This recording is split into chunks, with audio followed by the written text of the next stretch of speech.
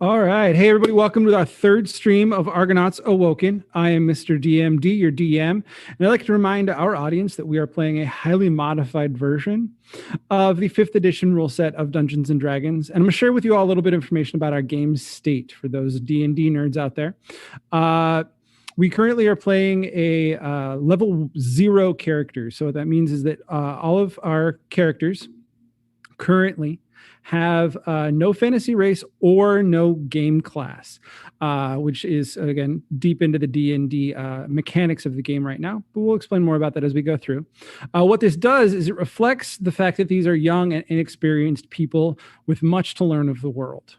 On another different note, as part of our stream, we're always trying to include new things and improve upon ourselves.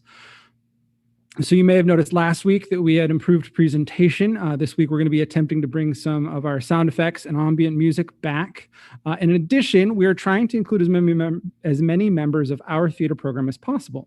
This means that over time, we'll be bringing in the occasional performer to play some of our NPCs that the students are interacting with. Tonight, we have a student with us playing Henita, our headmistress.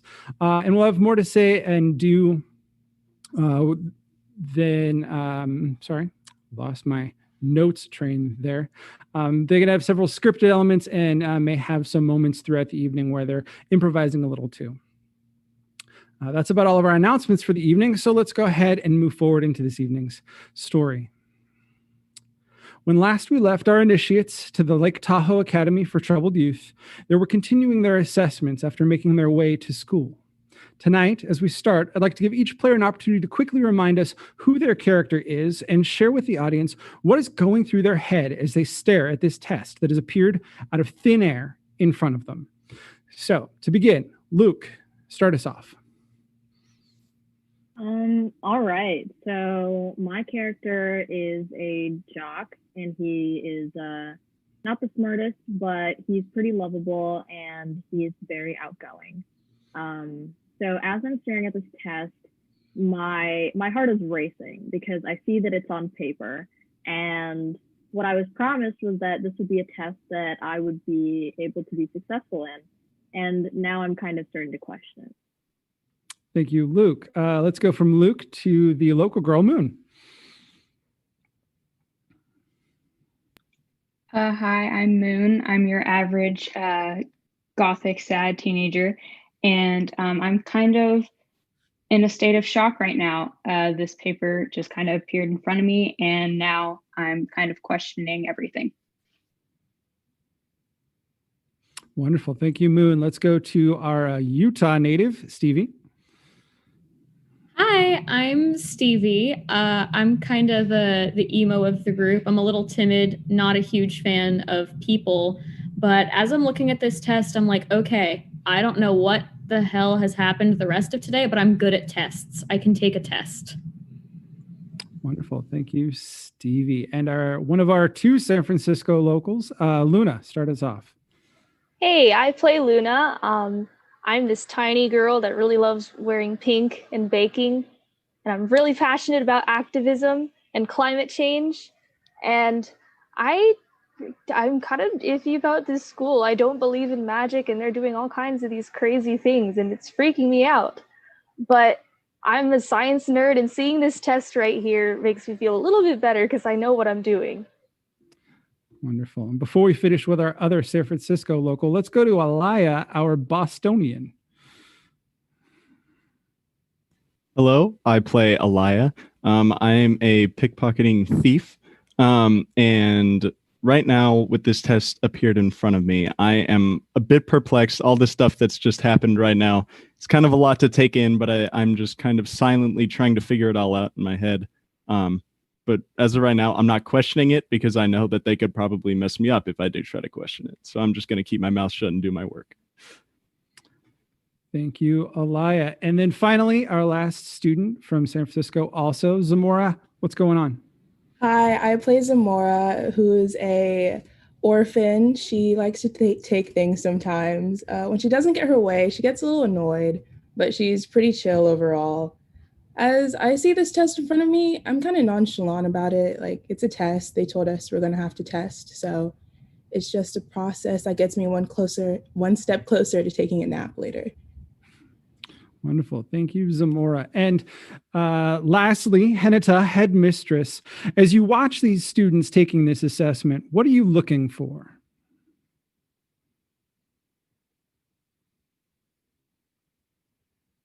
I'm looking for the students to do their very best job. Wonderful. Thank you, Henita. All right. So you look down at the test that appeared on the table from nowhere. Several students move quickly to sit down and begin writing answers right away. You can tell just by looking at the font on the page and the thickness of the packet that the test is long and will take most of the hour you've been given. It already has your name written on the top, and as the room settles into test-taking mode, the teacher nearest you all of the teachers rise with clipboards and begin to roam not just their tables, but the entire room. At the front of the room, Henita sits at the head table on the raised landing and watches all, making her own notes methodically on a clipboard. Zamora, under a blue and gold banner in the center of the dining hall, you sit looking at your test. It is written in a hand-written flowing font that reminds you of something from one of those Disney fairy tale books at the start of the old Disney movies. And it is actually bound inside of a small book of its own. How do you attack this test? I go to question 1 and take the test. Right out the gate. Wonderful. And what is question 1? You're looking at this question and you feel like you're very confident as you look at this question that you can answer it. What question are you looking at? What do your parents do for a living? And what is your answer? I don't answer it. I cross it out because they should know if they wanted me here that I'm an orphan. They shouldn't even ask that question because it's none of their business. Wonderful. So with the definitive X through the question, you cross out that first question, move on. And as you're going through taking the test, you come across another question. And this question says, you find a wallet on the ground and it has $20 in it and an identification card. What do you do with this wallet? That is the question. How do you answer it? I write in all caps, take it. That's it. I just take it. Wonderful. That's your entire answer. I just want to make sure you've got your full answer. Yes. 2 words, take it. You continue moving along through the test and you come across another question. This question says, what is the one worst thing that a person can do in their life? How do you answer this question? I say the worst thing that someone can do in their life is hurt someone who is already hurt. Because growing up in an orphanage, all the girls that are around me, they've been through a lot at such a young age. And the fact that some of them get bullied because of who they are is not okay with me in any way, shape, or form. And I turn into like a mama bear, kind of being the older sister that they never had. Because if you see someone already struggling, you should never, never kick them down when they're already fallen. And I'm really passionate about that. So I write hurting someone who has already been hurt. Thank you. I'm just taking my own notes as you answer these questions. You continue moving through and you come across another question as you take this test. And this question makes you pause for a moment. And it's not a question you are comfortable to see. It's not one that you feel like you can answer quickly. What is this question you're looking at? What is your mom's maiden name?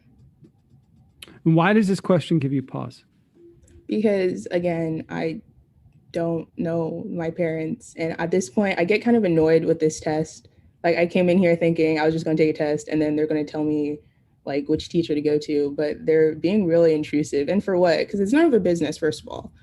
So I'm just kind of, again, I cross it out because I'm not going to take anything that I don't want to. They want me here. I don't want to be here. So they're going to have to fight for me and not be intrusive. Wonderful. Thank you. As you continue to work, you take a moment and you look around the room and you spot Moon at a table across from you.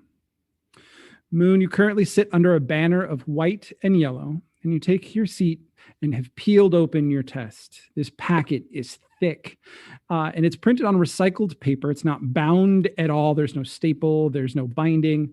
It is held together with a very unique way of folding and tearing the corner of the page, as if the person who bound this packet together was consciously trying to use the least amount of resources possible. What are you thinking while you take this test?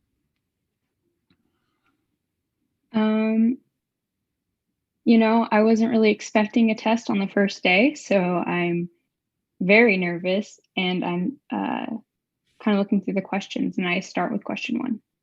You start with question 1, and question 1 is a question that asks you, which is more important, helping the planet or helping people? What is your answer? I kind of pause for a second, and I really think about it because my best friend is not a person. And,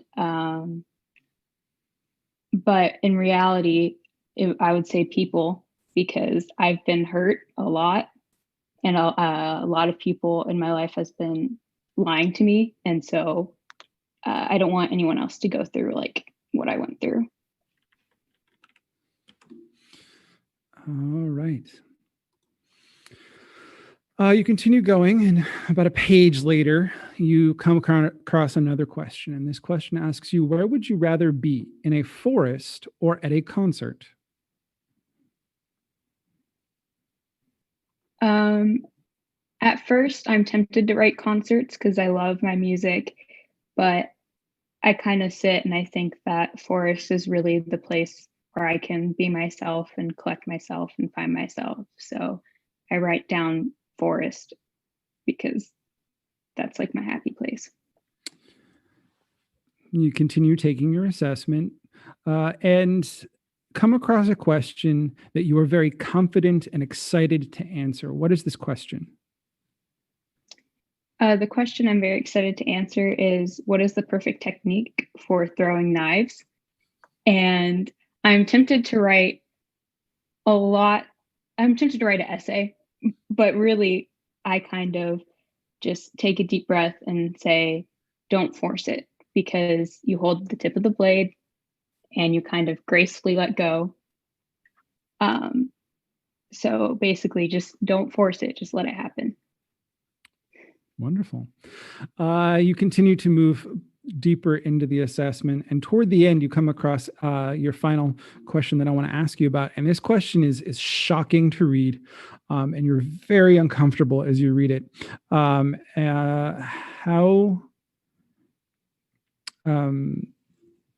What is this question?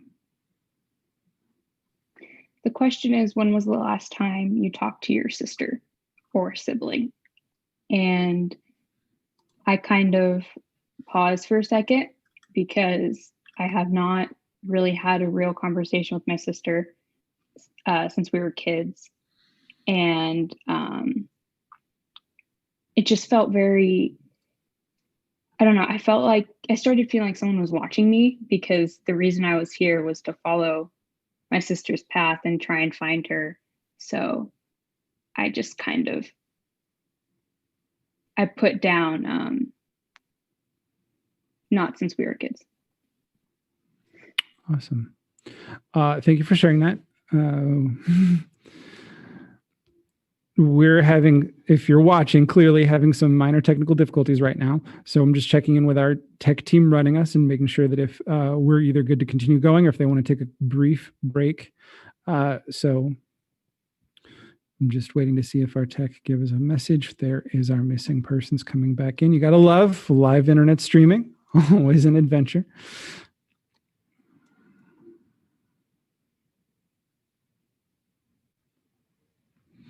Cool. So I'm going to narrate a little as we move forward. Give you a little bit of an idea where you're at. So Moon, you've just continued to take your assessment. And as you're going through, you notice that the dragon, this is fun. You notice that the dragon that has been kind of around all afternoon It is currently sitting on Terra's shoulder, and it kind of perks up almost like a cat does when it's stretching. It flaps its wings, it flies over and lands on the table, making a small stir amongst the students at this table under the white and yellow banners. This dragon is not much larger than the size of a small house cat. And it's kind of banding across the table, sniffing at people, nudging them, being just a general distraction.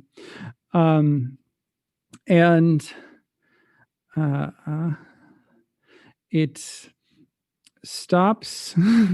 I had planned to have it stop at Luna next. I just want to check and make sure we're going to be good with that. Are we set? I don't know what the stream looks like right now, so we're flying by the seat of our pants here. Tech, if you can just give us a thumbs up or a go if we're good on Luna. Okay, tech's still working. So I'll keep narrating just a little. So Luna is currently also working at this table under the white and yellow banners. And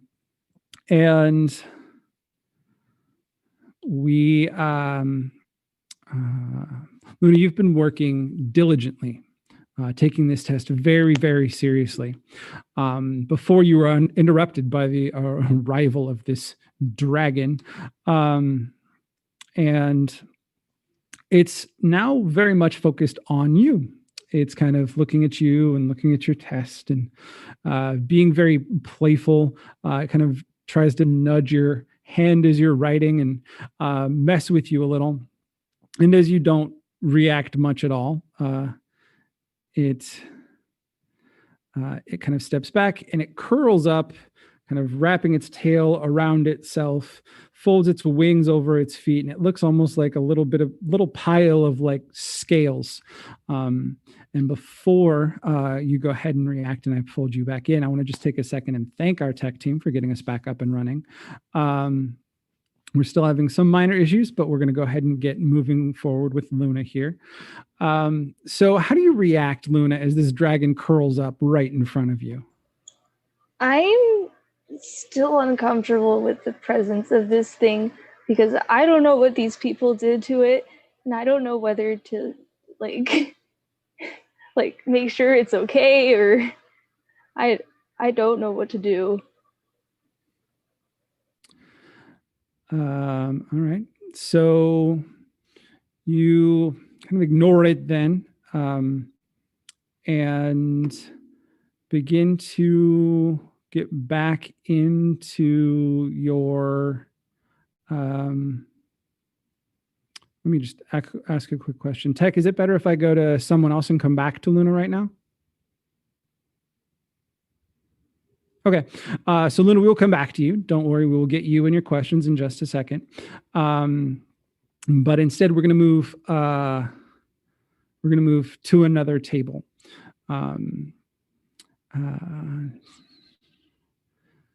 So we're going to go over to Stevie. Stevie, will that will work? Oh, okay. All right. Love it. It's live. We're going to make it work. No problem. Let's go to Luke then.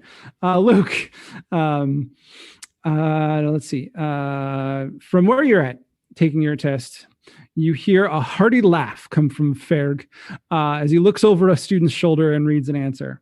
His laugh brings many eyes to the table under the red and copper banners that you sit.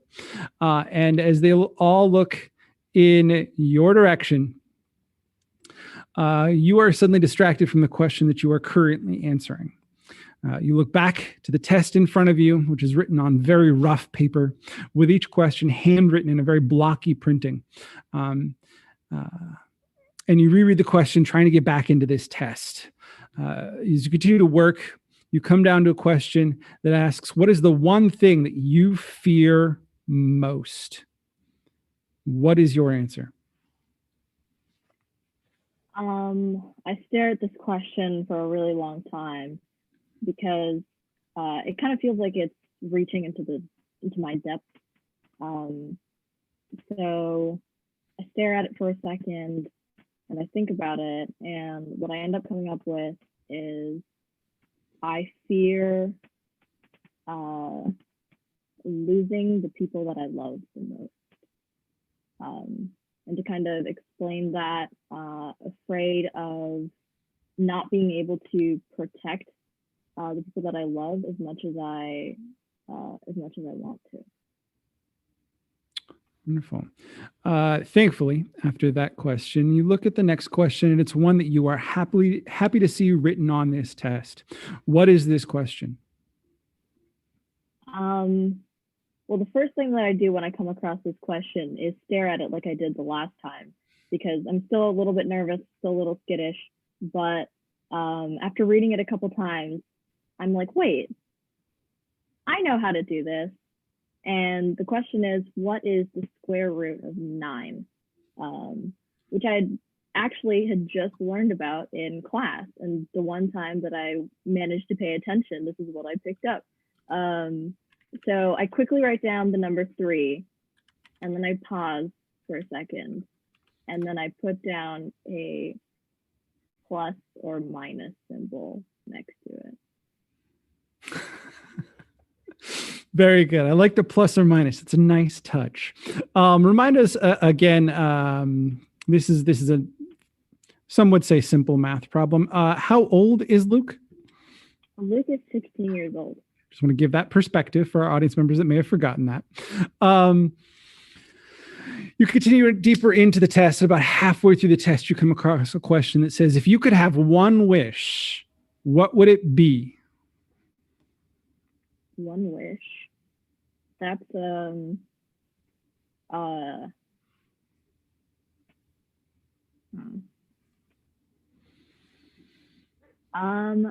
I think one wish that I would have would be to successfully ride the tube while surfing. That would be pretty cool. Wonderful. As you confidently write down the answer to that question, you come across your next question and you waffle for a moment as you see that this is a very challenging thing for you to answer. What is this question? The previous questions I had to read over a couple times, but this question, as soon as I read it, it comes to me instantly. But it makes me really uncomfortable. And the question is, describe your relationship with your father. And for a moment, I wonder if there's more to this test than I know, but I'm so focused on trying to finish this test that as I start writing, I kind of start with, well, it's definitely not good. My father is in prison because he committed a lot of bad crimes. And at first I'm a bit reluctant about writing about all of this, and I keep rereading what I write, like doubting everything that I'm writing down.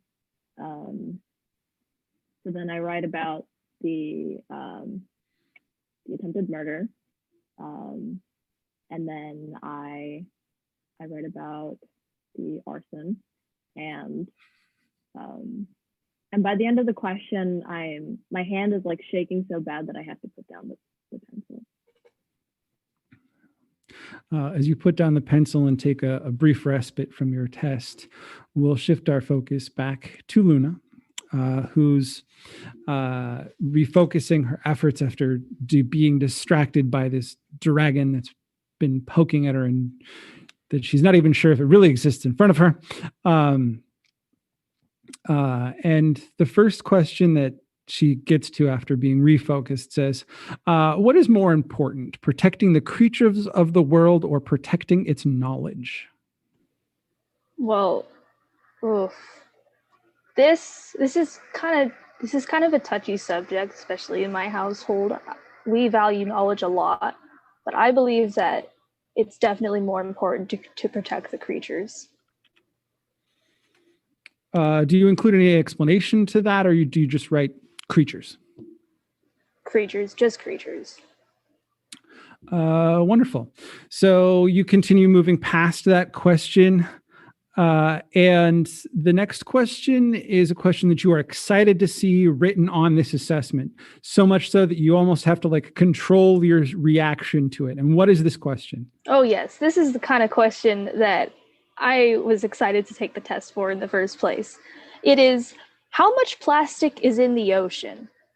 And I know this. I have memorized this fact, and I use it in arguments against people all the time. I am a huge nerd about, like, I brag about my knowledge about it all the time. The answer is 244,000 metric tons. And it is a big problem. Wonderful. And you confidently write this answer on the test. And right underneath that question is another question, this one with a little bit more space to write your answer to. And this question asks you, which is the best way to save our oceans? Is it to get out there and do it ourselves, or to teach others how to do it? Well, as much as I appreciate the individual people's individual efforts, there's also not that much we can do when corporations are constantly pumping pollution into the air and into the ocean all the time. I think it's, I write a detailed answer. I think it's about teaching people to stop, teaching corporations to stop doing that. I mean, it's a little bit of both, really, but. Wonderful. After answering that question very passionately, you continue working. And on the last page, you come to a question that you are not happy to see written on this test. In fact, it makes you hesitate even finishing the test, but you are Luna. You never don't complete a test. So what is this question? This question stops me in my tracks, because I was ready to answer about science. And then it comes out of nowhere with, what is your mom's side of the family like? And not only is it infuriating to see something that isn't science related, but a question like this is just, I don't know how they found out. I don't know what they know about me, but this is incredibly personal and not necessary at all. I almost want to stand up and ask someone what the heck is going on. Do you answer it? As much as I don't want to, I could not brag about my knowledge if I did not finish this test. So I just put, and I almost want to put I don't know, because I don't know. So I just say absent. Thank you. As you finish answering that question, the dragon gets back up, pads over to you, and gives you an almost patronizing pat on the head with its wings. Then it lifts off the table, causing your entire paper to flutter, and several papers near yours, and flies over to Tara as she continues to circle around your group. She finishes circling your table and crosses across the room to the less full table where RAD students currently sit. Stevie, from under the silver and plum-colored banners above you, as Tara rounds your side of the table, you realize you've been distracted by her pointy ears and the dragon flying around, and quickly reach down to turn over your packet, only to discover that it is not a packet at all, but an ultra-thin and very high-tech tablet. The first screen presents a title page, and the pencil on the table is actually a stylus. As you pick up the test, the first question shocks you as to what is it about. What is this first question? This question asks me what kind of music I like, and I'm excited to answer it. I look down at the paper and I just start writing, like, I love My Chemical Romance. I love Gerard Way. I play the violin, and I did this cover of Panic at the Disco on my YouTube channel. And I just start going on and on and on about like pretty much every emo band, because I love them all so much. And I'm very surprised that it's on the test, because why are they asking me about my music taste for a school? Wonderful. As you continue to excitedly write, I'm just making my own notes here. You move on to the next question. This question says, if you were forced to choose between the life of a family member and the life of a friend, which would you choose? Probably a friend if I had those. Do you write that entire thing as your answer? A friend if I had any, semicolon. Don't really like my family. Perfect. Again, I'm taking notes as you all are going through here, so thank you for your patience. You continue further into the test, and the next question that you come across makes you stop and think for a moment. And the question is very short and very simple. And it simply asks, the purpose of technology is what? To make our lives easier, to connect with people.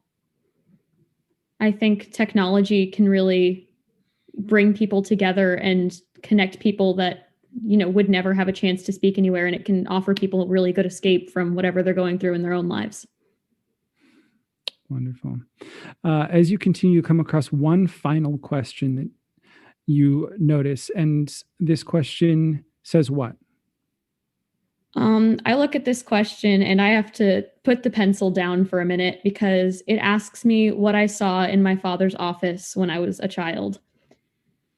And I look at this question and I take a couple deep breaths because I haven't thought about it in a long time. And I just start telling the story. My mom, she told me dinner was ready and to go get my father. And I walked into the office and it was as though this darkness was coming out of him. And there was a journalist in there, and all of a sudden she was on the ground and she wasn't breathing.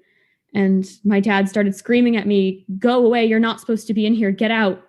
And then my parents acted like it never happened, and I'm not even really sure it did anymore. As you struggle to write this answer, the doors at the end of the hall are thrown open with a rush of air. And before Ferg and Jade can make their way over to close them, a crow glides gently into the room and perches on the antler chandelier above the tables. The rush of air overhead rustles the green and gray banners above you, Alaya, and you look up as you see Amelia take perch in this chandelier. She gives you a nod and you go back to work on your assessment, which looks like just about every other assessment you have ever taken in your schooling. It is typed in a very traditional educational font on some sort of mass copier paper. There's nothing unique about your assessment, except for the questions. The question you were working on at the time when the doors were thrown open was a challenging one. What was this question?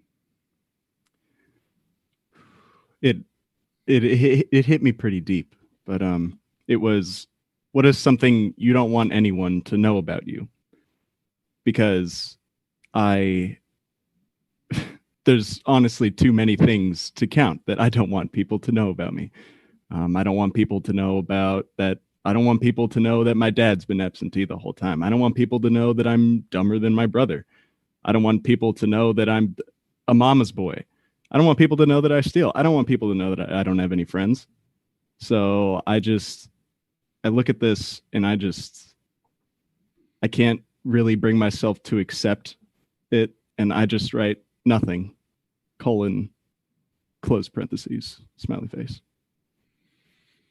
After answering that question, you move on and you are unsettled as you come to another question, thinking you had passed the last question and moved beyond something so personal. The next question asks, what do you fear about who your father could be? Well, I look at this with extreme confusion. All this time, I just thought that he was just some random guy my mom hooked up with. But now that I actually think about it, in knowing that this school is a whole lot more than it might be, I kind of put the dots together, like maybe he has something to do with this. And is it, what am I scared that he would be? Mm-hmm. I'm scared that I'm scared that he'll be involved in this stuff. I'll say I'll write down that I'm scared that he's involved with this school, because then I might have to see him again, or see him for the first time. Wonderful. Thank you for that. You keep working, and about 3/4 of the way through, you come to another question that you have to stop and think about for a second. And this question says, should one use their strengths to protect or for their own means? I immediately write down that they should be for protection, but then I kind of erase it because, or I cross it out a little bit, because I realized that this whole time I've been stealing for my parent or my family's gain. But I write down protection instead. I uncross it out and I write protection because I feel like that's what they're gonna want to hear. Plus, in some ways, it was for the protection of my family financially, stealing all that stuff. Wonderful. Finally, you come to a question that you are glad to see after all of these challenging questions. This question lifts your spirits a little. What is this question? Oh, this one says, in most instances, if you must choose one out of a wallet, what is the best item to pull out of there? And it's multiple choice. It says A, the driver's license, B, the cash, C, the credit card, or D, the insurance card. I immediately know that the insurance card is pretty much worthless to me. The driver's license, at least for my purposes, is useless. I'm not trying to steal anyone's identity. I'm just trying to make a quick buck for my family. And then I know that it's not the credit card, because that could potentially bring in an enormous amount of money that wouldn't make sense to just show up in my mom's bank account. And also it could get me in a whole lot more trouble than stealing a couple bucks. So I write down cash. As you write this answer, there's a few more questions left on your task, and you quickly wrap those up. You were given an hour's worth of time, Aliyah. How much time did it take you to take this assessment? I think it took me like probably 50 minutes. I think I had like 10 minutes left. Thank you. Time passes and you all begin to wrap up. And at the front of the room, as the hour ends, Henata rises and claps twice, and your tests float away to the waiting hands of the teacher that invited you. Rad receives his tests, places them in a briefcase, and moves up to the head table with Henata. Ferg collects his and stuffs them unceremoniously into the leather satchel that he's been carrying, while Tara gathers all of hers and slides them into a hiking backpack in the colors of white and yellow, and slings that backpack over her bag, with her dragon friend flying overhead. Jade's all float neatly into her gig bag with her guitar, and she zips that up and hefts that over her shoulder. The final teacher in the center collects their papers into a pile, and the books all look almost like a stack of old-fashioned encyclopedias. They remove a small pin from their lapel and place it on top of the stack. They close their eyes, hold their hand over the pin, and mumble some things that you can't hear. As they do this, they repeat a phrase in this language that you don't understand several times. And the stack shifts from being several different books into one very large book. And then the size of the stack begins to shrink more and more, the individual books melding into one long spine, and then slowly to one very small, very simple looking book that's about the size of a high school yearbook. Simple blue leather cover with gold hieroglyphics on its front. The teachers then all move to join Rad and Henata at the front of the room. Henata holds her hand out to hush the crowd and says,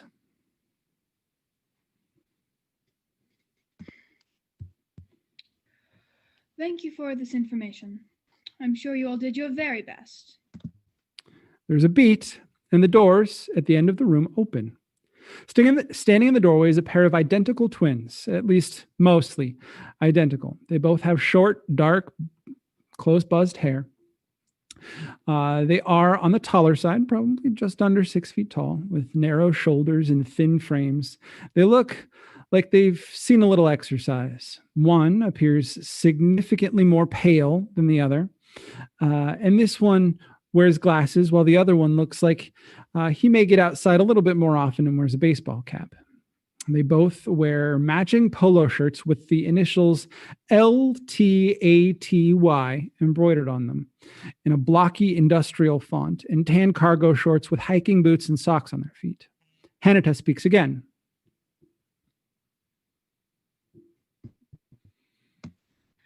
The twins are 8th year students here and hoping to be teachers. They will escort you safely to the location for the next and final assessment. We will see you shortly. With that, the teachers at the front of the room all begin to file out a door near the table at the head of the dining hall. The twins look at you all and smile, matching slightly crooked smiles.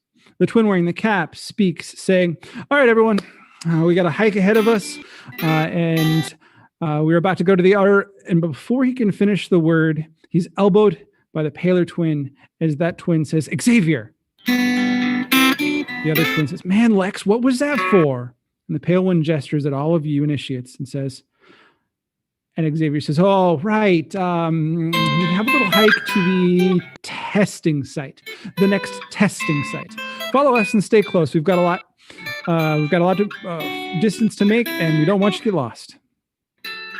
The group of about 40 of you all get up and begin to leave the lodge and take a left, heading up the mountain. The road is initially a wide gravel surface road, easily traveled by the large group of you all. And you begin to hike up this road. What are you thinking as you begin this hike, Alaya? I'm just kind of thinking, a hike? Really, for a test? This place is really weird. But I guess I can't really... I should have expected it to be pretty weird from what I've seen so far. So I just... I silently walk up, following everyone. Moon, you're pretty comfortable in these woods. How are you feeling as you hike up this hill? I'm excited, but I'm kind of freaking out because I just had a question on my test saying if I would be comfortable in the woods. And I already feel like everyone's watching me. So I'm very iffy. Luna, as our resident nature person, how are you feeling as you move into the forest?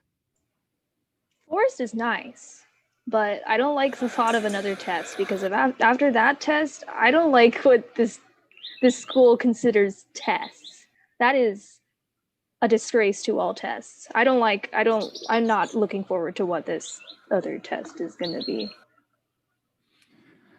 Zamora, you got you're a city girl. How do you feel as you start hiking this? See, I thought we were coming to a school, not 5th grade science camp. Like, why are we hiking so much? Very confused. But I'm not going to complain too much because I have to be here. So me complaining isn't going to help the situation. So I just keep on walking. Annoyed, but keep on walking.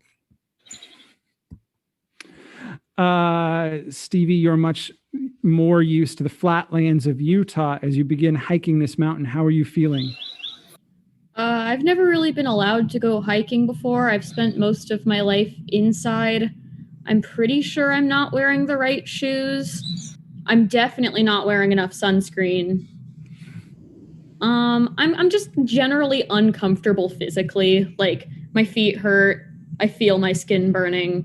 Not having the best of times. And finally, Luke, our surfer, you're physically fit enough to hike for quite a while, I think, at this point. This hike's not very steep. You're outside again. How are you feeling? Honestly, sitting down and taking a test for an hour was a lot for me. So I'm really glad to be stretching my legs, and I'm really enjoying the fresh air. Wonderful.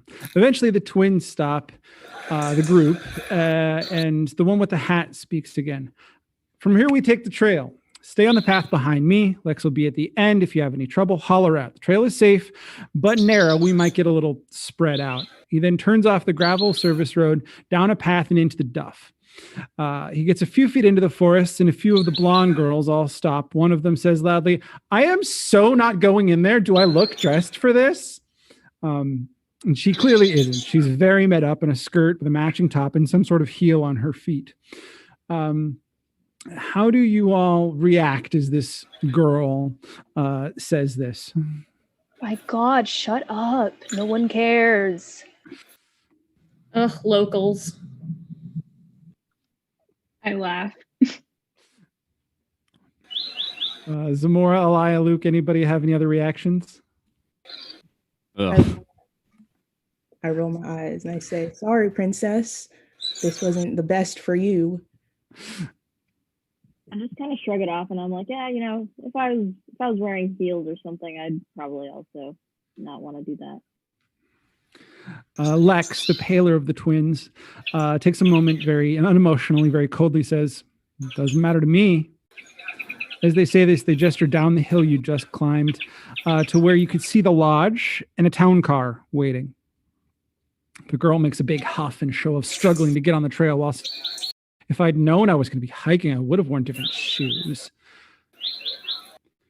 The hike through the forest is calm, and at one point, indeed, the group is spread out pretty long in a near single file line winding through the trees. The birds chirp, and the occasional squirrel scurries past the trail. Luna, do me a favor, make a perception check.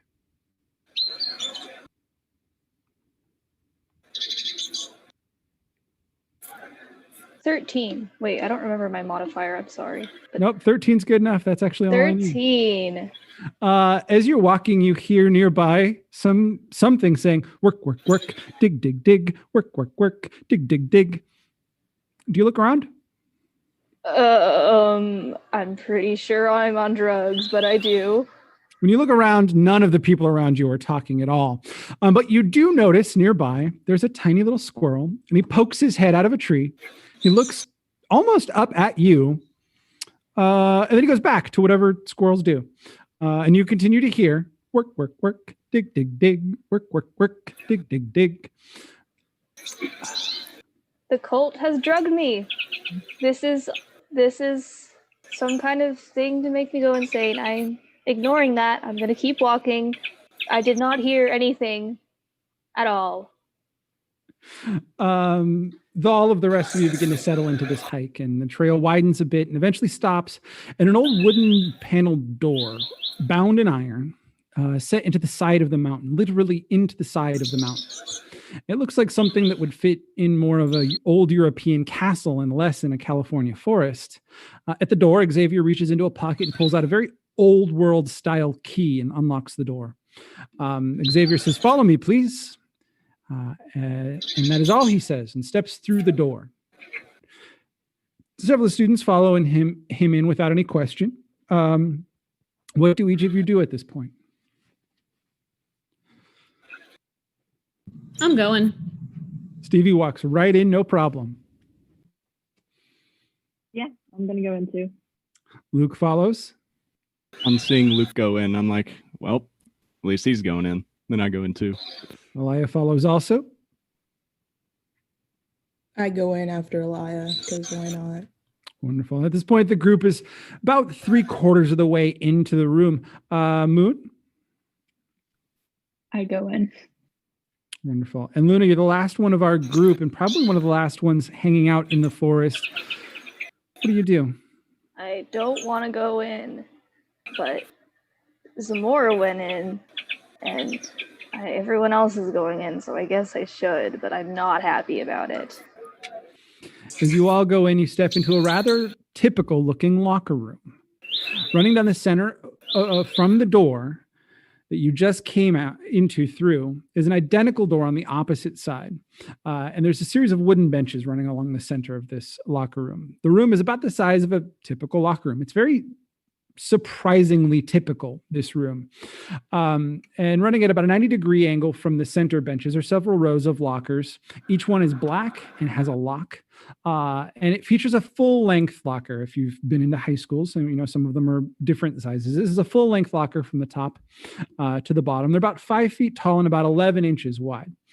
As everyone makes their way into the room, Xavier stands on the center bench in the middle of the room and addresses the room.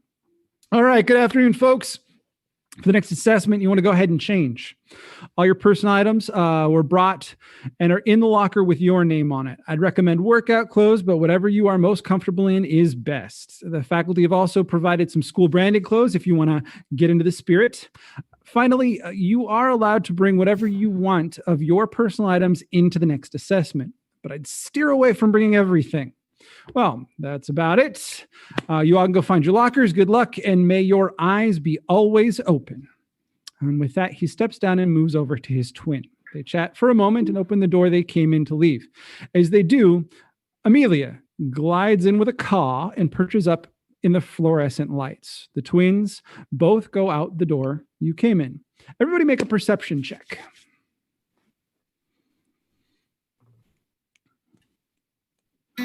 Okay, I'm gonna start with Elia. Everybody else hold on to them. I'll go around the horn. Elia, with a 19, you see your locker right away and you head over to it very, very quickly. Your locker has your name written on it and a piece of tan masking tape along with a hint as to what the combination is. You look at the combination and you begin to try to figure it out. I have to just move my information over here. Elia, of course, you're the last one I wrote. Your code is the same as the person next to you's code. It's not written on their door. Their code is actually written on a piece of paper stuck into their door, and they're about to take it out. How do you get this code? I'm going to shove that person out of the way and rip it up from their hands. Make an athletics check to see if you can actually push this kid. And this will be a contested check.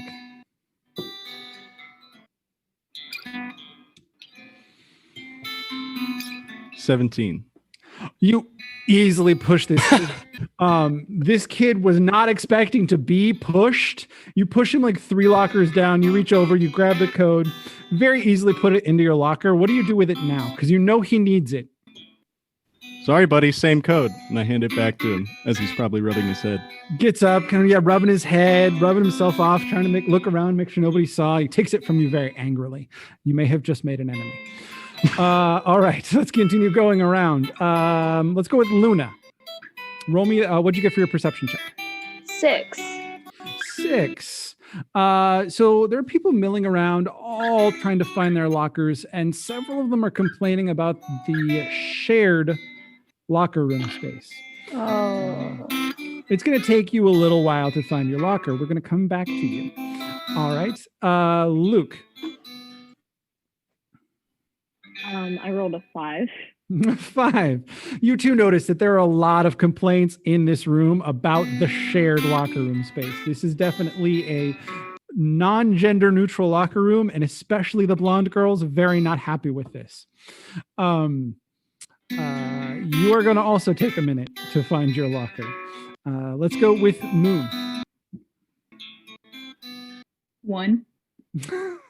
Moon, you actually think you found your locker, but it was somebody else's locker. It was actually Luna's locker. You get the names confused? You were having a very, very distracted moment. But now Luna has her locker. So Luna, your code, your paper on it has a list of different endangered species that you've studied. Roll a nature check to see if you can decipher the code based on this. 18. You very quickly decipher this code. You realize that they're all actually organized by size, and then you have to divide the number by a certain other number to find the actual code because they've been endangered. And their numbers are not a locker number. So you quickly do this and you open your locker.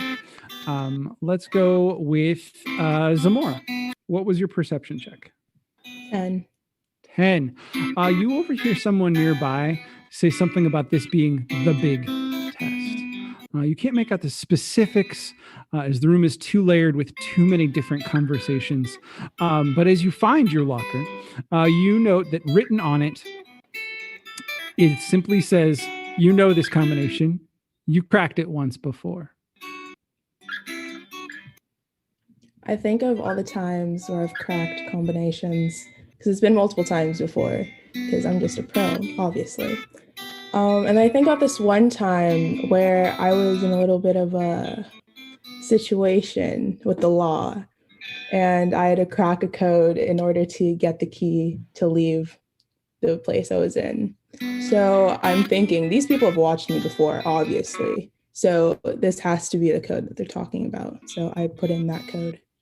That code is exactly right. No need to roll. You guessed the right code. So Zamora opens her locker without issue. Stevie, what was your perception roll? 13.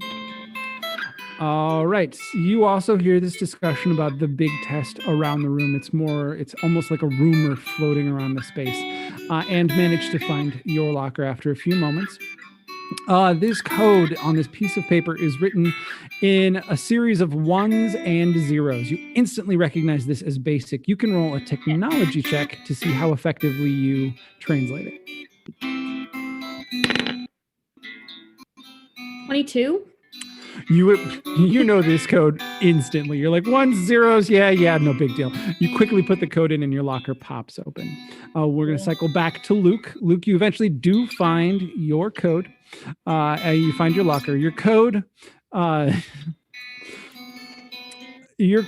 is written on a piece of paper. Nothing to decipher. It's very simply the code. However, the lock is covered by a metal box. I assume it won't give way to a little tug. Not a little tug. You're going to have to hit that thing pretty hard. Do you want to try and just brute strength it? You can roll a strength check to see if you can just brute strength that metal box off. I'm gonna kind of look around at the people that are nearby and be like, "Hey guys, can you like step back for a second? I gotta do something." And then as they kind of step aside, I'm going to give it a hard yank. Let me roll for this. Strength, you said? What was that? Roll for what am I rolling for again? Okay, yeah.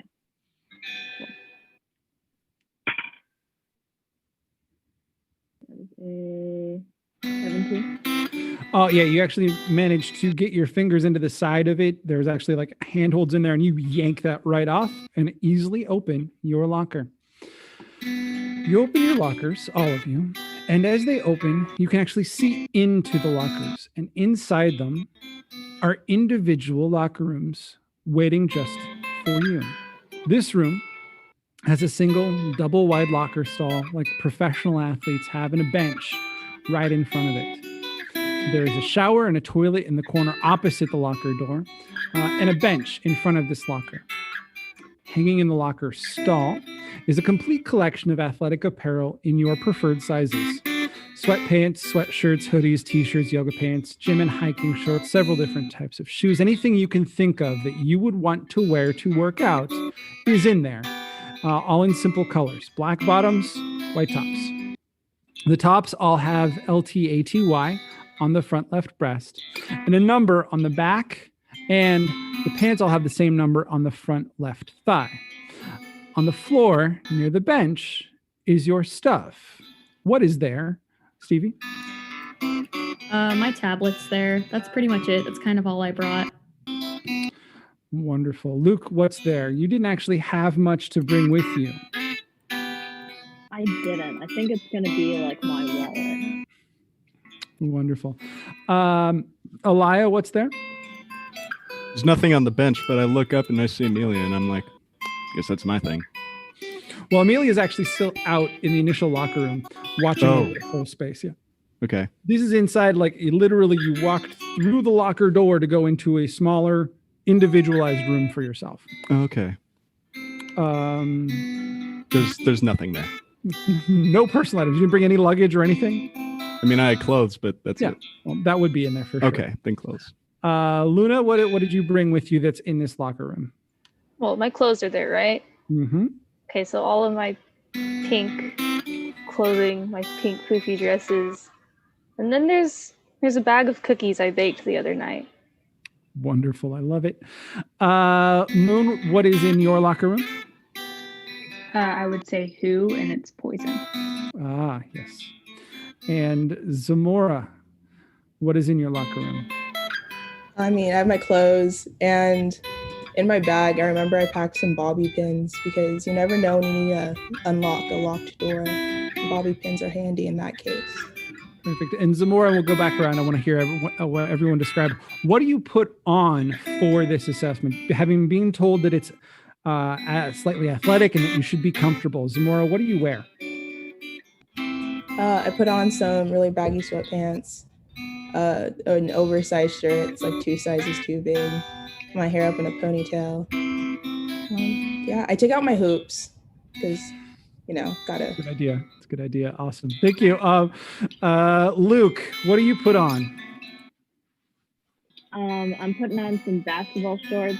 And then I'm gonna find like a tank top. And then is there a mirror somewhere in this room? Yes. Okay. I'm gonna walk up to the mirror, and the last thing that I do before I head out is just go. Wonderful. Thank you, Luke.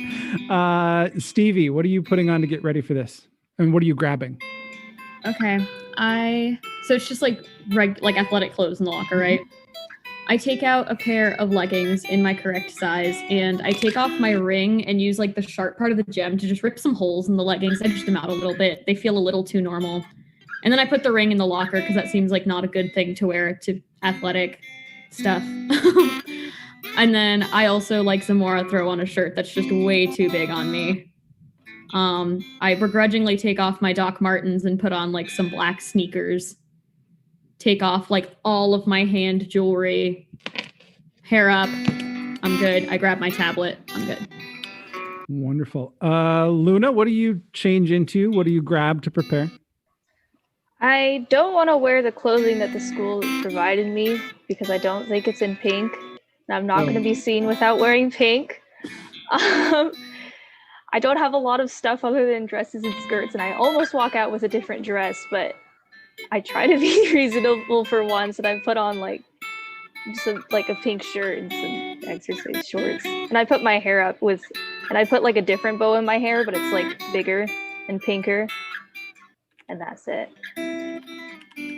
Wonderful. I believe we have Moon left. Moon, what are you going to wear?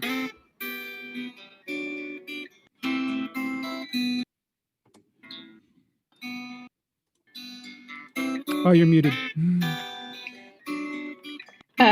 First, I struggled to take off my boots. They're very high combat boots. And then I take off my layers and layers of chains and jewelry. And I put on yoga pants and a tank top. Wonderful. And lastly, Alaya, what are you wearing out? I am going to take off my jacket. I'm just going to keep on my white t-shirt, but I'm going to change into some cargo shorts, something with a whole lot of pockets in them. And I'm going to reapply some deodorant, look at myself in the mirror, and then walk out. Wonderful. After you finish preparing, you notice a blinking red light above the door to your locker room where you came through. And above that, a sign reads, "Assessment 5-minute warning. When this light blinks, please return to the main locker room." And as you all return, we are going to take our 5-minute bio break. So we'll be right back in just 5 minutes to continue tonight's story. As we're going, thank you to our tech team. They're doing great work tonight. I know it's not easy to run live tech, so high fives and thumbs up to all of them. We'll be back in 5.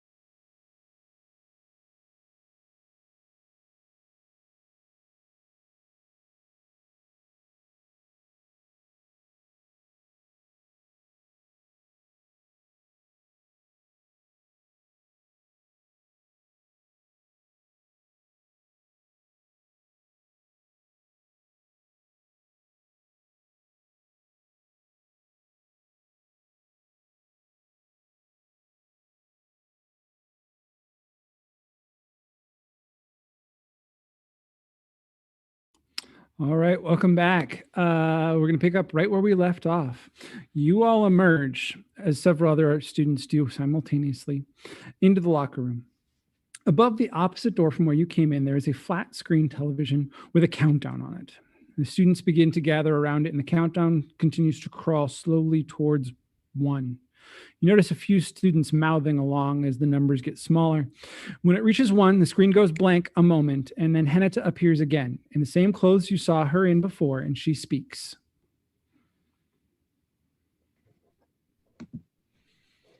Good evening, initiates. Your final assessment is upon you.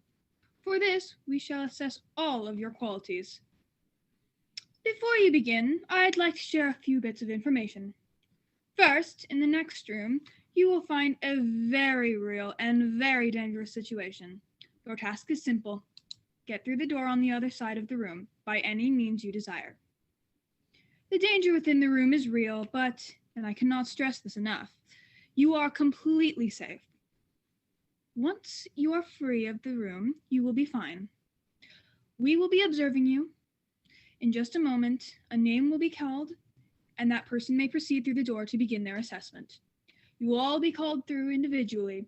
I wish you the best of luck, and may your eyes be always open. Screen goes blank for a brief moment. And as the students begin to chat amongst themselves, it turns on again.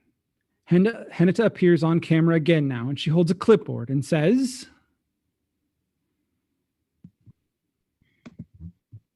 Our first initiate this year is Luke Lawson.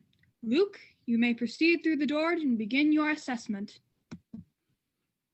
As she finishes, the TV goes out once again, and a green light turns on above the door, and there is a buzz, and the door opens. What do you do, Luke? I'm going to crack my knuckles and then walk through that door. At this point, for the sake of time, it is important that you all pay very close attention to the description you are about to receive, because it will be the same for all of you. Luke, you step through the door and into a short, dark hallway. You can see light at the end as the door behind you shuts automatically. You step through the light, and as your eyes adjust, you can see that you are standing in a round arena. The ground below you is a coarse, tan dirt that crunches into your feet. The walls are smooth wooden planks that go up about 10 feet.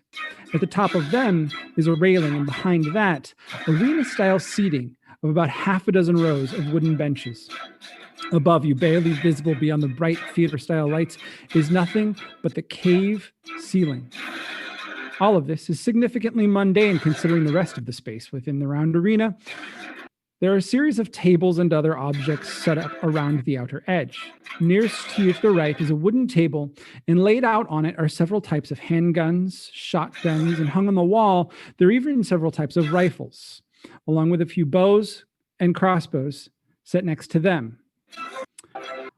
On the table in front of the bows are several small knives and others that are a little bit bigger, that look like what you saw that Crocodile Dundee guy holding in that old movie you once saw. On your left, moving away from the hallway, there are legit medieval weapon racks with row after row of different types of swords and spears, something that looks like that thing that knights used to use on horseback. And above those, there are various shields that look like they came from all over the world. At a table beyond the swords are various other weapons. An axe that looks like what that dwarf in the Lord of the Rings used. And you don't recognize much of the other weapons. Mixed in about all of this are various pieces hanging and sitting around in different places. There are herbs, there are crystals, there's a giant diamond sitting in the center of one of the tables, and other items that you don't further recognize. Roll me a perception check.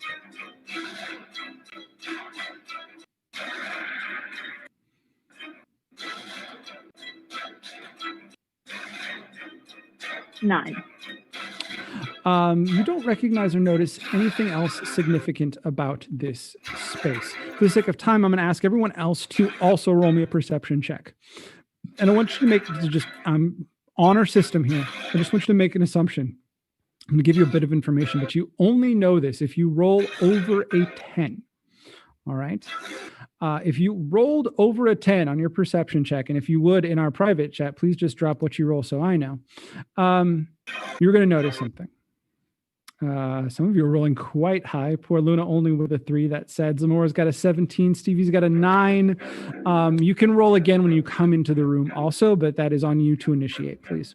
Moon and Aliyah both 19s. You guys are very lucky this evening. Anyone who rolled higher than a 10 is going to notice that on the wall right next to you as you've come through the hallway, there's a series of switches, knobs, levers, and ports right next to you.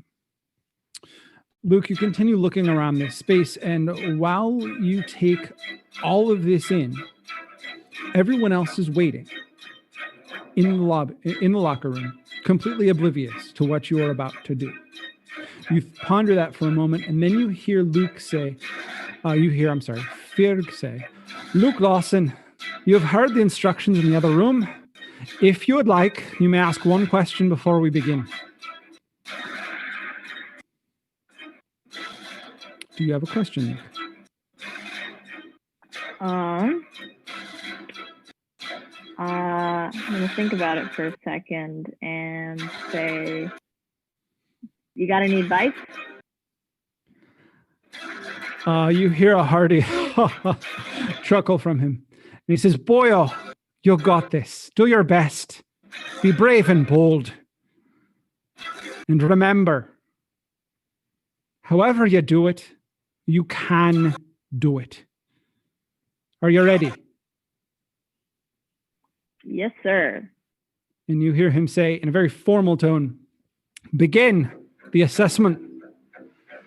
And as Ferg says this, the door on the opposite side of the arena that you're standing opens. You hear a low growl from the darkness beyond the doorway, and a wolf rushes full speed into the arena, stopping at exact center in the middle of the arena, and he stares you down.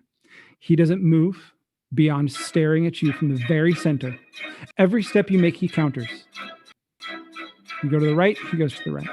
If you go to the left, he goes to the left. He stares you down, blocking your path. You know you must get past him. What do you do? All right, I'm taking a look at the tables that were presented in front of me with all the weapons. And upon walking into the room, my first thought was to kind of mess around with them, but now that the assessment has started,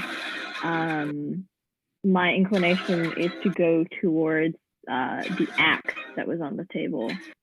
So I kind of pick that up, and I don't want to hurt this wolf because it hasn't done anything to me yet, but I'm ready to defend myself if needed. And I'm going to take a couple steps towards it. Go ahead and roll me initiative. Okay. What did you get?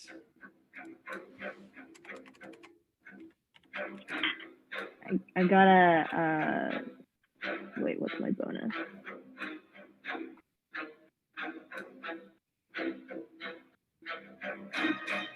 Um, 21. Wow. All right. So you are quite quick as this begins, and the wolf continues to stand exactly where he is. You begin to walk towards him, and he doesn't give ground. He stands exactly where he is, not moving back, not moving closer. As you get to the center of the arena, are you approaching him directly, or are you going around him? I'm gonna start by I'm gonna try and respect his personal bubble kind of, and I'm gonna start walking around him. All right. As you do that, he takes his turn to counter you, keeping himself between you and the door. The space between the two of you and the door is shrinking as you all move kind of like fencers back closer and closer to the door. It is your turn again. What do you do? Wait, is he following me to the door or? No, he's still between you and the door. It's like a 3-point line. He is the center of that line. You are on your side. The door is on the end. Right. Okay. Again, my intention is not to hurt him, but I'm gonna take a bit of a threatening step forward, kind of like letting him know that he should probably get out of my way soon. Roll an intimidation check.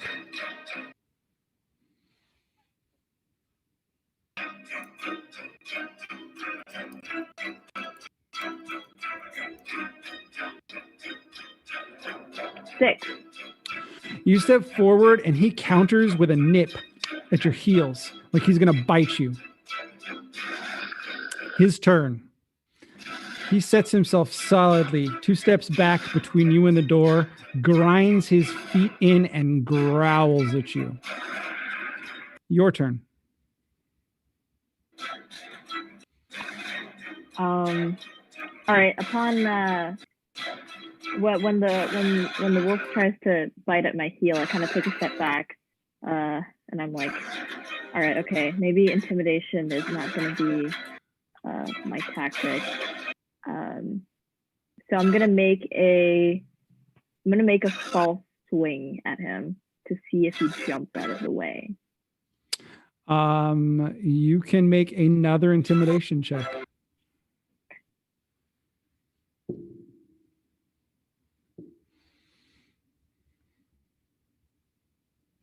$13. As he sees that swing coming in, he attempts to dodge it, thinking it's a real swing, and moves out of the way, giving you a very brief window where you could try to run for the door. I'm going to go for it. I'm going to sprint towards that door. As you run past him, he does attempt to try to bite you to prevent you from getting through the door. However, you are too quick for him. He critically fails the attack, and you make it straight out the door, axe in hand. That was quite impressive, Luke. You have now completed your assessment and have moved into the dark hallway. We're going to move on to our next initiate. After a few tense moments, the light turns green again and the TV turns on again. Henita appears on screen and says, The next initiate will be Lucas Bainworth. You may proceed through the door and begin your assessment. The initiate that you saw before that was wearing the polo shirt with a popped collar moves forward toward the door. He again wears a different polo shirt, but this one is in a more athletic style with the school initials written on it and his gym shorts. The light above the door turns green and there's a buzz as it opens, and once he is through, it turns red again and shuts with another buzz. Following Lucius, several other students go through, and soon you realize that you have not actually seen any of the initiates that left come back in any way. As you begin to ponder this, the light turns green again and the TV turns on, and Henita appears saying,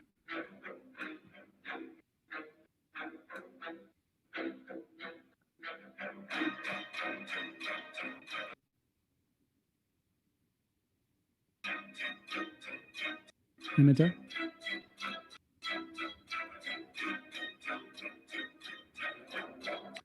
Henita, you have a line?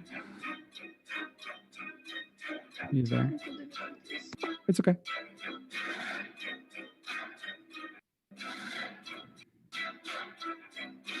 I can take this one. We got another one coming up in a second. It's easier. Yeah, Henita's frozen. Okay. I'm going to go ahead and take this one. Henita says, Moon Cobain and poison. You may proceed through the door and begin your assessment. What do you do? I hesitate because I've never told anyone my last name. So I'm kind of embarrassed, but then I kind of like look at poison and then she just says go, like, so I go through the door.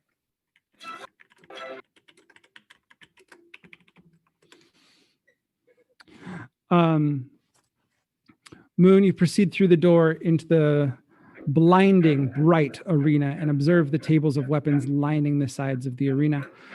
From somewhere in the stands, you hear Tara's voice say, "Moon, you have been given the instructions.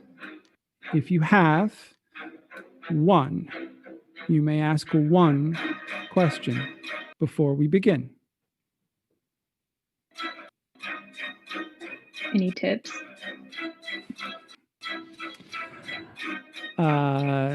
There's a silence in the air, and Tara returns with, "You have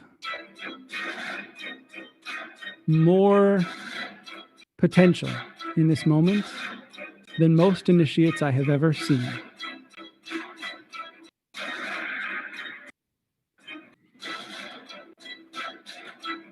Okay. I feel a little bit more confident. As you seem to settle yourself in, you hear her say, "Prepare yourself, dear." She says this, and then after a beat, she says, "Begin the assessment." You watch as the door across from you that you are supposed to go through to get out of the arena opens. From the darkness, you hear the sound of snorting, and a wild boar charges out of the door, stopping dead center of the arena and blocking your exit. What do you do? I step back very quickly because I'm kind of, whoa. And I notice the weapons on the table. And so I go and try and get a knife. As you do this, you can roll initiative for me, please.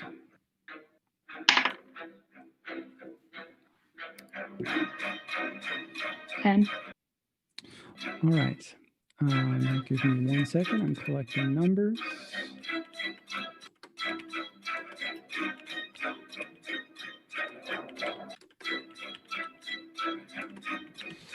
All right. Before you can even do anything after grabbing the dagger or the knife off of the table, you hear Poison. And Poison says, "Clearly, they're assessing both of us. Would you like some assistance?" I say yes, of course. As you say this, Poison slithers down your leg, moves about halfway between the space between you and the boar, and rears back up almost like a viper. And they shake their body a little, and their flesh falls off in flakes, and it kind of hovers in the air for a moment. And it changes color from the dull, earthy tones that it once was to this bright green and blue. And you notice that it's no longer flesh, but more like feathers. And they wiggle again, and wings unfold out from their bodies. And they flap for just a second and hover in front of you. And you hear Poison hiss again. And as Poison does, in the space right in front of you, a version of yourself appears out of light and mist. And there is an exact replica illusion of yourself in front of you. Poison flaps back over to you, coils around your shoulder, and says, "That should help." It is now the wolf's turn. I'm sorry, not the wolf. My bad. The boar's turn. The boar grinds its hooves, its feet into the dirt, and stares down at the illusion in front of you. It does nothing more. What do you do, Moon?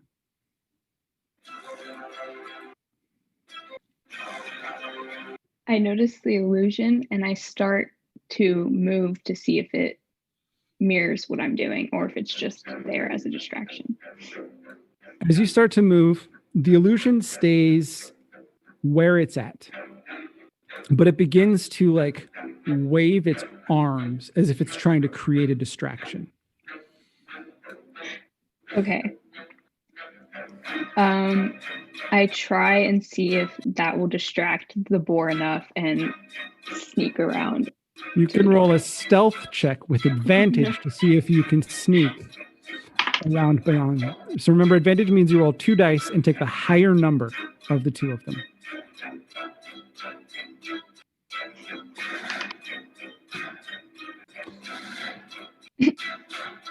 What'd you get?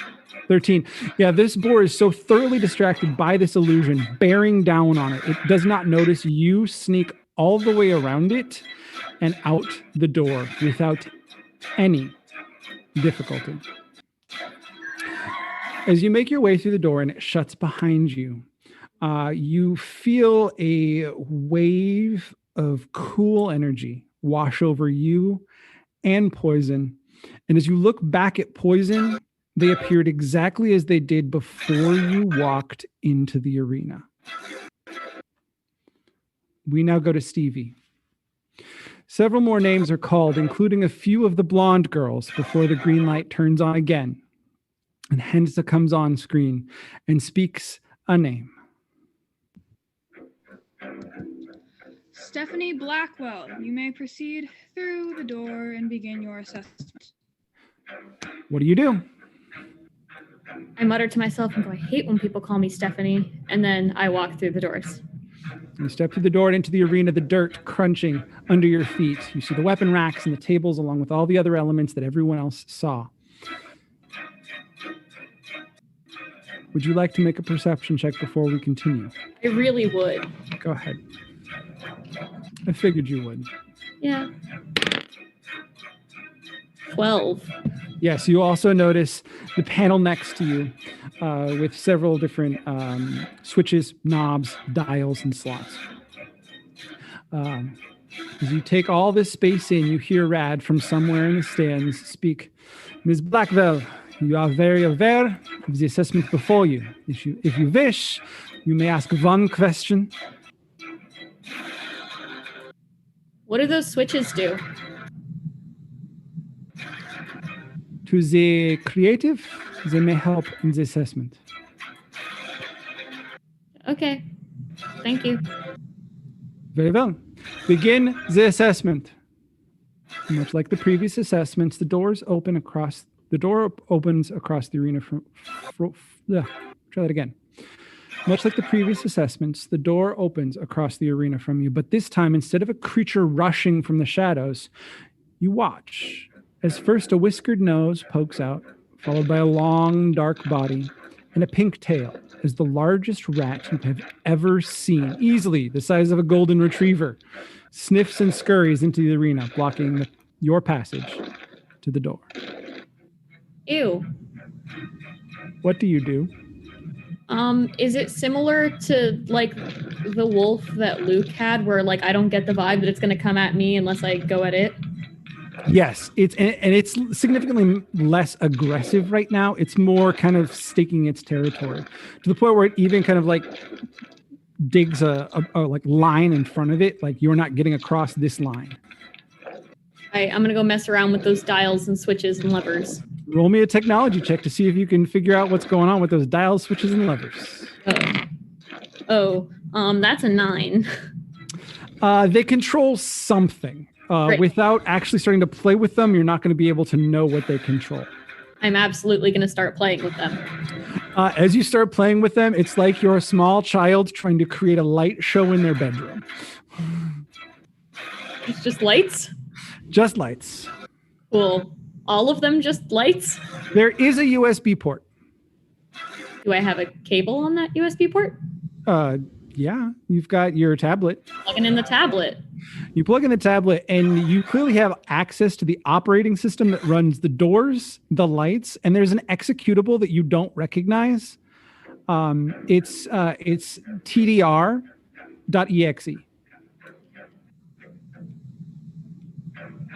.exes are kind of sus. So I'm gonna go over to the knife table and just grab myself a knife just in case, because I'm not used to not knowing how technology works. And I'm scared, so I want protection. As you move deeper into the arena, you begin to feel like an electrical charge, like static electricity building up across your skin. The actual small hairs on your arms begin to stand up. And you feel a connection to this energy, this electricity, this power in the arena that you've never felt before. I think I'm just kind of standing there kind of confused, like, what do I do about this? I don't know what's happening. I feel weird. I still grab a knife. Yes, you grab a knife, and you easily grab that knife, no problem. Oh, what was the end of that? I talked over you. Can it specifically be a kukri, please? Yes, it can definitely be. Thank you. So I'm feeling this like weird electricity. I'm gonna go back over to my tablet and see if all of a sudden there's new information, kind of like when you open the fridge to see if there's new food. As you open the tablet back up deeper into the arena, you're only a few feet at this point away from the rat, and there is another .exe that has appeared. This one just says, it's just the word e.exe. I'm going to push it. All right, roll me a, roll me an Arcana check. Oh. Okay. Which, for those of you playing at home or following along, these characters have no training in these things. They have just their most basic stats in it. A crit failed, just to interject there. You press this button, and there is a shortage of electricity that shoots out of your tablet and actually shocks you. And your hair stands on end. You look like Doc Brown right now, like a goth version of Doc Brown. And the rat scurries backwards a little in reaction to this. Oh, so he kind of scared. Yeah. Okay, I'd like to push the other one. EDR, I think you said it was. Yeah, it's a TD. As you press this, I'm going to roll a dexterity save for the rat. Oh, that's good. And he totally fails. So as you press this button, just a few feet in front of you, between you and the rat, a trap door opens in the ground, and you see his front legs kind of fall into it, and he's trying to like scurry back, and he falls right into the trap door. You're the first person to have done severe action against one of these creatures. The trapdoor shuts, and you hear slight applause in the stands. It is very thin golf clap. And the door opens. It's always been open. The path to you is free to walk through. Can I take one of the cool crystals that you said exists before I leave? Because I think they're shiny. Yes, you can. I take a crystal and then I leave. You grab a crystal, you stagger through the door, shocked, kind of going through what just happened. In the darkness, the door shuts behind you. As the rest of you wait in the locker room for the next name, after CV, you all take a look around, and a good half of the initiates have made their way through the door, and none have returned yet. The screen turns on, and Henita stares back at all of you, starting to look a little tired as it is creeping closer and closer, later and later into the evening, and closer to dinner. Nora Robinsons, you may proceed through the door and begin your assessment.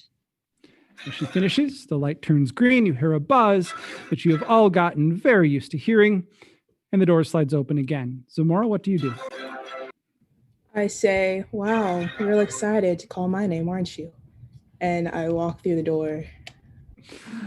Stepping into the dark hall, you smell the dust that has been kicked up in the air and the smell of electricity, ozone, something you can't quite place. And you walk into the light and notice all of the weapons on the tables. And did you roll high enough to notice the switches? Yes, I rolled a 17. You also notice the switches. And along the table, those weird herbs and elements. You hear the teacher that you met with the golden eyes and think that you make out his eyes actually up in the darkness on the observation level, and says, Zamora, you know the task before you. Should you have a question, you may ask one before we begin. Do you have any tips for me? Because I really don't know what I'm doing. My suggestion would be sometimes the best answer to a problem is to think around it. The time has come. Begin the assessment. As the teacher says this, the door opens, and from the darkness, there's a definitive roar of a mountain lion. And the creature's presence echoes off the walls of the arena. It stalks in head low, shoulders rolling as it marks you, and enters into the center of the arena, aggressively eyeing you and growling. What do you do? I look around and I remember seeing the guns, and I'm pretty comfortable with guns. Not like comfortable with guns. So I go over and grab one just in case I need it. Walk right over. You grab a handgun, I'm assuming? Yes, I do. All right. You walk over, grab a handgun, and the mountain lion definitely growls louder at you, but you see it slink lower and take like a half step back, like it's eyeballing you in a slightly different way now. Still your go, but you are now armed, so let's roll initiative.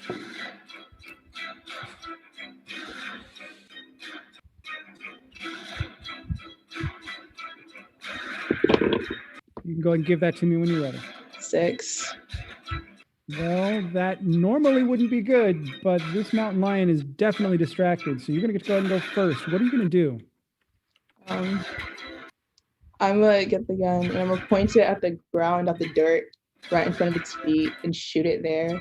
It's like maybe scared away.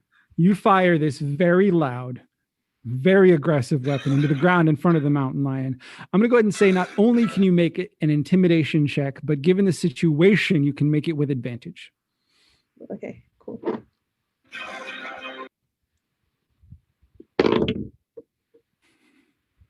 Um, 14.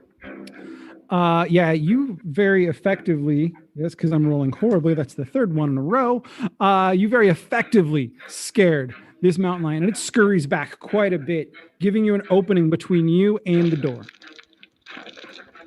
Okay, before I leave, I look at the shiny jewels, and I'm like, no one's gotten them yet, so might as well.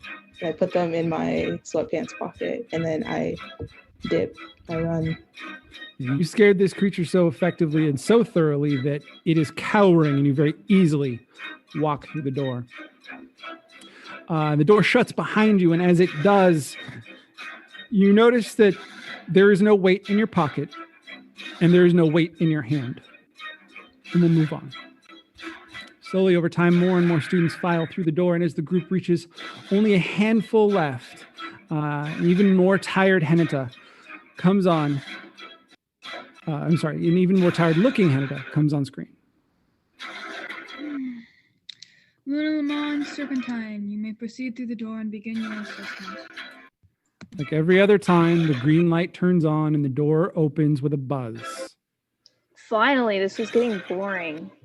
And she spelled my middle name wrong again. Pronounced it wrong. That's okay.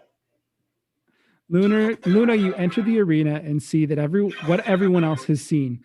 The weapons, the collection of items, the shields, the other miscellaneous items, including things that have been previously removed, have all been returned.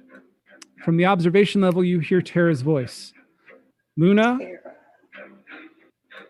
you have had the assessment explained to you. If you have a question, you may ask one before we begin. Yeah. You know what? Why are you here? What is up with this cult? What the heck? Are you kidding me? I trusted you.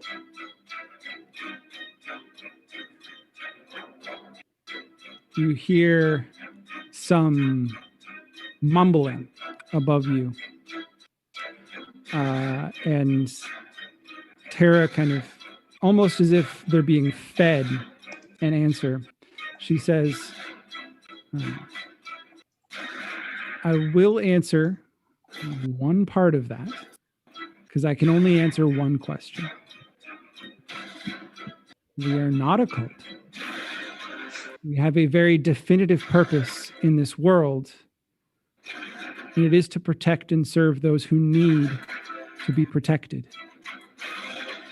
I don't know how I can trust you on that.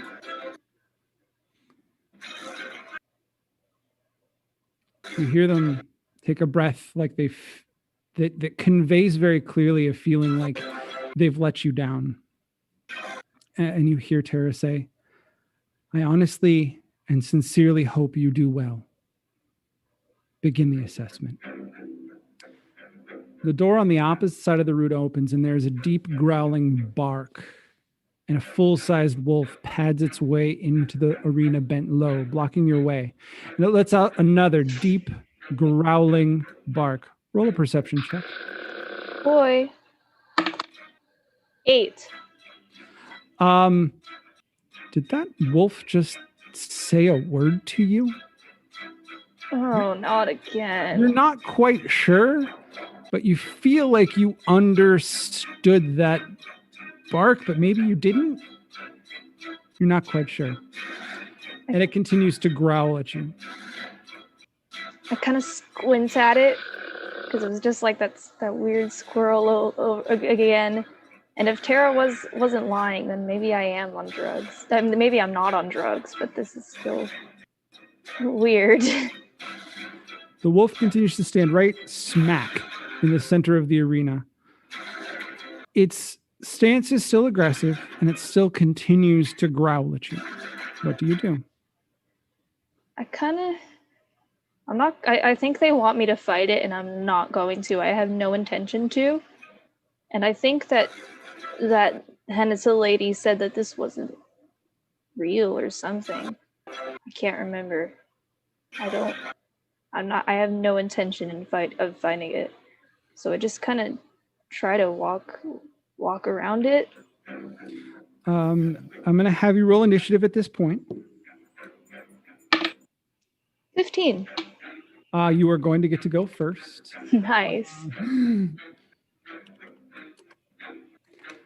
And you attempt to walk around it. From where you're at, you're able to get all the way up to it and kind of to its side. And it's going to counter kind of in that same space as you on its side, on its turn, and growl again. You can roll another perception check. 8. Again. Again, you feel like as it growls, it's the way it growls is it's connecting in your brain in some way, but you can't understand it. Okay. There are people watching, and I feel incredibly embarrassed doing this, but I need to know once and for all. So I kind of squint at this thing, and I'm like, did you say something? And it goes from the aggressive growl it had. It's still low. It's still in an attack position, but you watch its head do a very dog-like thing, and it kind of turns sideways at you and looks up at you and shakes its head. Like it's trying to shake your voice out of its head. And on its turn, it's going to bark at you. You can roll another perception check. Come on. 12. I thought it was 20. This bark, you hear it, and you don't hear like the sound of a bark. You hear back. Back? Move back? And you're not clearly communicating with this wolf because it just kind of nods. I can't do that. Sorry. I have to go to that door, right? I gotta move. You can choose now, if you'd like, to roll a persuasion check to try and persuade this wolf to let you pass. Oh, I feel really stupid doing this. Yeah, I'll roll. Oh, and I got a 5. Okay. You got a 5. Yes. It's not persuaded to let you past it, but it definitely it's not aggressive anymore. In fact, it's acting a little bit more like a oversized house dog than a wolf right now. I almost want to pet it, but I don't pet wild animals because that's not okay. You can roll a nature check to see if you can decipher how it would react to you petting it. 2. You're pretty sure that this wolf, it wouldn't bite you, but it's not going to like to be pet. Yeah, I'm gonna not. That is, wild animals shouldn't get used to humans being around them. We're going to say we've kind of been going back and forth quite quickly here, but this time the wolf looks at you on its turn, and it looks at the door and kind of gives you a growlish yip that you clearly understand is the word why. Why not? Okay, I don't think this wolf is gonna let me pass. So I kind of look around. Is there like a stick, a staff? There's a quarterstaff lined up against the wall near all the spears. I don't. Do you think this thing likes fetch? There's actually also a significantly smaller like club and a tiny, there's a piece of wood about 12 inches long. It looks like a dowel or something on the table also. That is perfect. I mean, I would feed it like my cookies or something, but I don't think that's good for wolves, and I don't know if there's anything else I can feed it. So and I just don't think it's good for humans to feed wild animals in general. So I grab that, and I kind of hold it up, and I'm like, "Hey, you want this?" Are you going to throw it? I need to see if it's interested first. Oh, it's definitely interested. Okay, then I throw it over back where I came. As you throw it back towards the door that you came through, roll a animal handling check to see if this works. Oh, please, I keep rolling bad. 12. Well, I keep rolling worse. This wolf takes right after this stick, and it is running into the opposite dark hallway. You've got a clear path now. Perfect. I just book it to the door.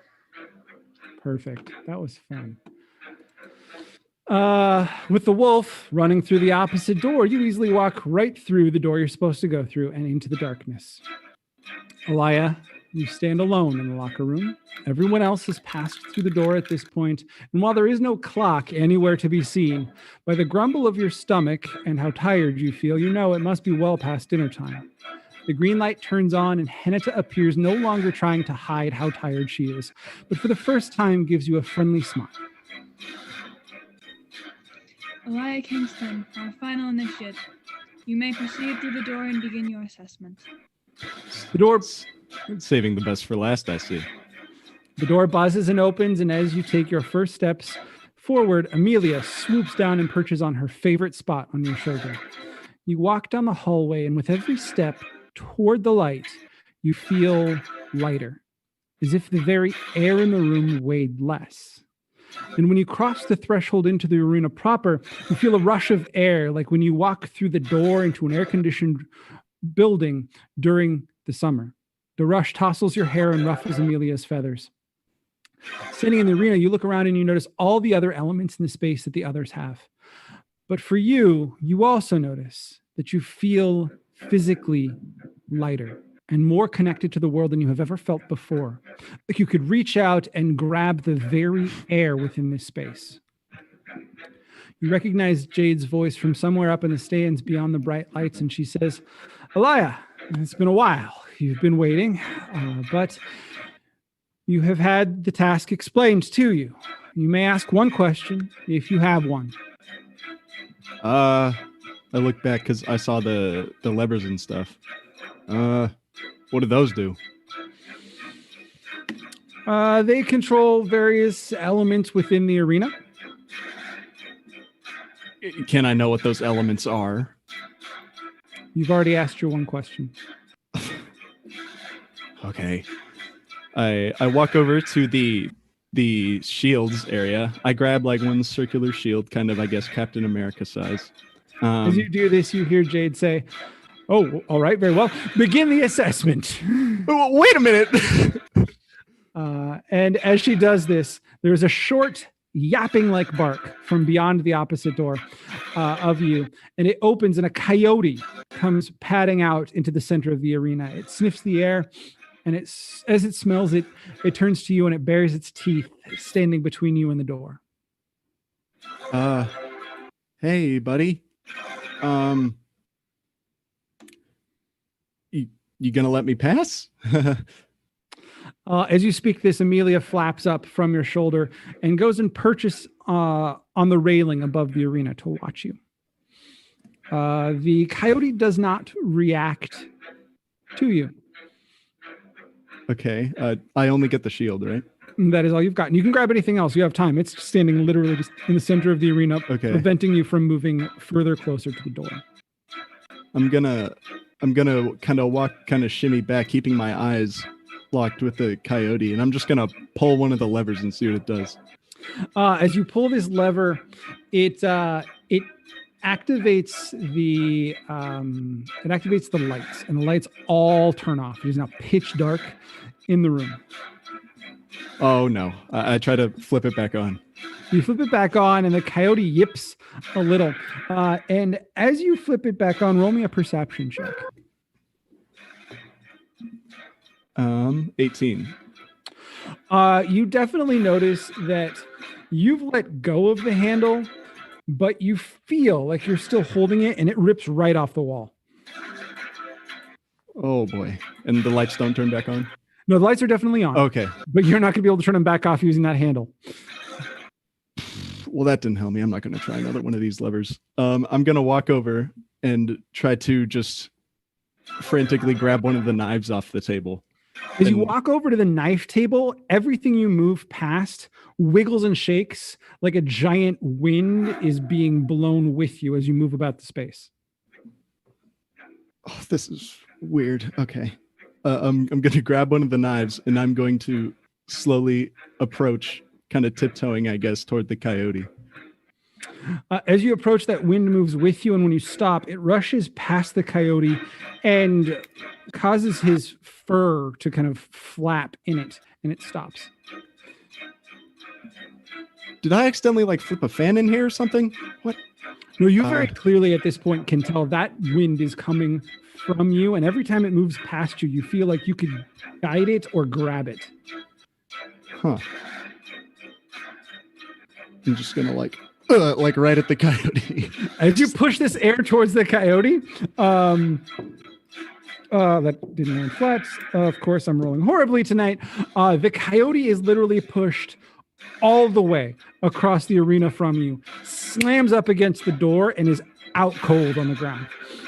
Oh my gosh. I'm so sorry. Well, good day to you. And I walk straight through the door. As you complete the task, Amelia flaps down and settles on your shoulder again, and you swear she looks like she is smirking. When you step through the door, you feel the weight from before bear down upon you. And the further away from the arena you get, the less connected you feel to the world around you, as if your senses have begun to feel the way they did before.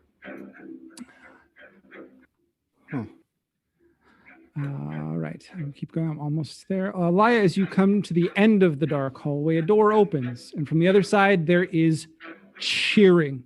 You enter into a room filled with all of the other initiates. This is a locker room identical to the one on the other side of the arena. The tables have been set up over where the benches running down the center of the room are, and pizza boxes litter the tables, some empty, some still full and warm, as if a recent delivery has been received. Several TVs around the room display a live feed from the arena and replay the action of your assessment, as a few of the initiates slap you on the shoulder and congratulate you. This reception into the room is the same that you have all received as you came into the room, just from smaller numbers of people. And aside from Luke, who came into an empty room, the energy here has been one of excited success. Even those students that may have failed or think that they have failed their assessments were still greeted with warm welcomes. Alaya, as you enter, a fellow initiate hands you a piece of pizza and a drink. How do you feel right now? I just let the knife out of my hand. I dropped the gone. shield. Oh, it As you vanished? came out of the darkness, Oh. you realize that the shield and the knife that you were holding, all of it's just gone. Oh, okay. So I grab the piece of pizza, and I just go, yes. And I take the most glorious bite I've ever taken in my entire life. As Elia continues to eat his pizza, Luke, what are you doing? How are you feeling in this moment? You said I was in an empty room. You came into the empty room, but at this point now, everyone is together. The the assessment has finished, and you're all kind of in this party atmosphere together. Oh, okay. I'm pretty excited. I'm like going around and like excitedly chatting to people about how their assessments went and stuffing my face with pizza. Yeah, and then I'm gonna walk over to Elia and be like, dude, you made it. What's up? Thanks. How'd you deal with it? I kind of just like scared the wolf off. As you two begin to converse and catch up about your process, let's take a quick look at Zamora. What are you doing? How are you feeling in this moment? I feel pretty good. I feel accomplished. I passed the task. I know some people didn't, so that makes me feel even better. I have a box of pizza just to myself, just in the corner, just eating because I'm proud, so I'm gonna eat. Wonderful. As Zamora eats her pizza, Stevie, what are you doing? How are you feeling in this moment? I have somehow been roped into standing with the blonde girls. But I love it. They're just like asking me about like my hair, like how I get it purple. They're like, your leggings are so different, like that kind of thing.